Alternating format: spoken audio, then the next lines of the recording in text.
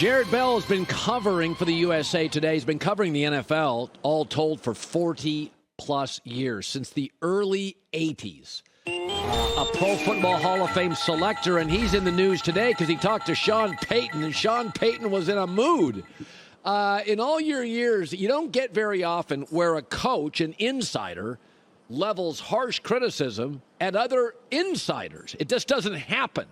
So as you were talking to Sean, whatever you did to initiate this, were you surprised by his sort of authentic passion? Were you surprised by it? Not totally, because I know Sean, and I've known Sean, and Sean is, you use the word authentic, and he can definitely be that. But I know what you're saying, Colin. It's like there are certain lines that coaches and players don't cross. They don't want bulletin board material. Well, one thing we know about Sean Payton, and I think he wanted to send a message. I really do. I think he was willing to go on the record with me about a lot of things. There were a few things he told me. He said, this is off the record, so we didn't use it. Right. But I think Sean is a guy who's savvy enough. He wants to get his message across, not just to any other team, his players, anybody in the league office. Sean, a lot of times, doesn't give a crap. He's all about, this is kind of my mindset right now. So it was great, Colin, to get a chance to visit with him. And we visited for over an hour. He took me on a tour of the headquarters. We sat in his office. We just really chopped it up for a long time. And I've done that with him before, obviously over the years in New Orleans. But to catch him now, that was the whole purpose of coming here for the first stop, Colin, was, knowing that this is a new deal for him and wanting to kind of capture his mood as he opens his training camp. And we got you. There we go. Sorry about it. Yeah, sorry about that. But anyway, yeah, just good to kind of capture his deal. All right. So when you sat with him for an hour, there are going to be some things he's going to want to talk about, and there's going to be some things he doesn't want to talk about. But when you sat with him for an hour, I think a lot of this feels, Jarrett, like he wants to make sure that the locker room saw these quotes, that he wanted, because a lot of people bailed on Russell in Seattle. And I think there was a percentage of people in that locker room that may have been bailing on him in Denver. So my takeaway was, these quotes are being read by those players. How much of this, in your opinion, was big support for Russell, who, by the way, Russell doesn't defend himself. A lot of critics, always takes the high ground, always. How much of this was Sean sending a message to the locker room? Colin, I think that's a great question. And I wondered about that. And I asked him several things about Russell Wilson, pointedly, just to kind of get a sense of his relationship. And he never criticized Russell. So that left me with the impression that he's definitely all in with what he's got and what he's got to work with. I mean, obviously the Broncos invested heavily in Russell Wilson. They brought Sean Payton in here to fix Russell Wilson, or to revive him, if you will. And so you're right.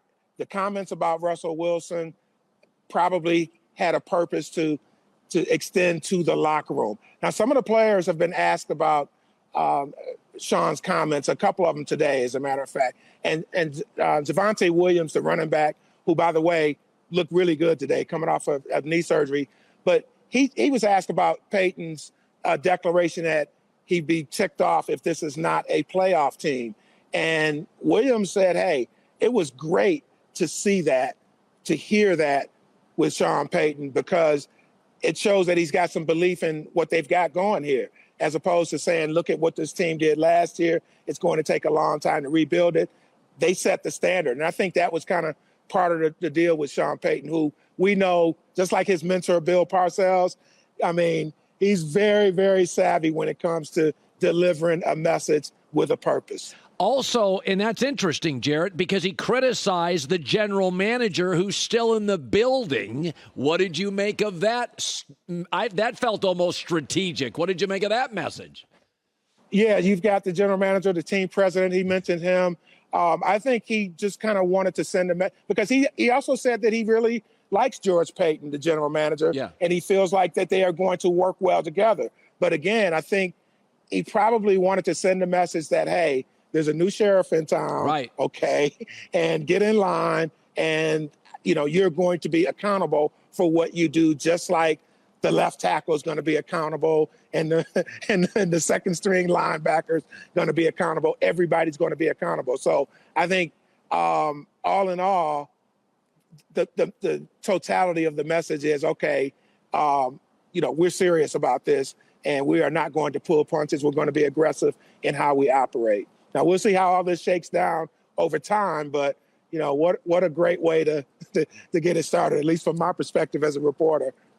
Yeah. By the way, you talked to him for an hour. He was really critical of Hackett. How do you think, one last question, Hackett in New York, they go sideways early. There'll be a lot of speculation. How do you think that thing works, Hackett in New York? Yeah, I think, Colin, if you or I went to New York and had Aaron Rodgers as our quarterback, we're probably going to be, successful, better than average, right? I think that's kind of part of the thing with Nathaniel Hackett. Now, not trying to take away anything from him, but you get a chance to work with Aaron Rodgers, right? Much like if you got a chance to work with Peyton Manning or Tom Brady, you're going to be good. Now, there are nuances to that, obviously, and Aaron Rodgers could probably speak to that as well as anybody in terms of what Hackett means to him, what he brings to the package, how he helps him, with his game from a day-to-day, week-to-week basis. But, Nathaniel Hackett came into a Denver Broncos situation woefully unprepared. I mean, they took a chance on him. He had never been a head coach before, and he fell on his face. Not sure if he's ever going to get another chance to be a head coach again, but, I mean, he's young enough that could happen. And I think a lot of what he does with the Jets and with Aaron Rodgers is going to dictate what happens in terms of his career arc moving forward. But to your point, for Sean Payton to say, hey, I heard that things were so bad with this coaching staff that that was one of the problems last year. I mean, that's quite telling. And you know what?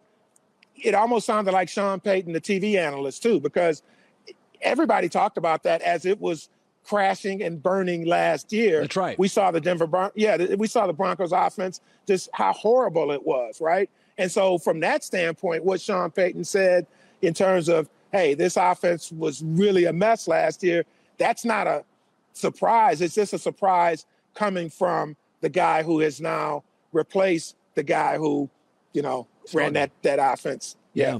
Jarrett Bell, covering the NFL since the early 80s. I was still in high school when you started covering this league. 81. How about that? Hey, it's great seeing you again. Yeah.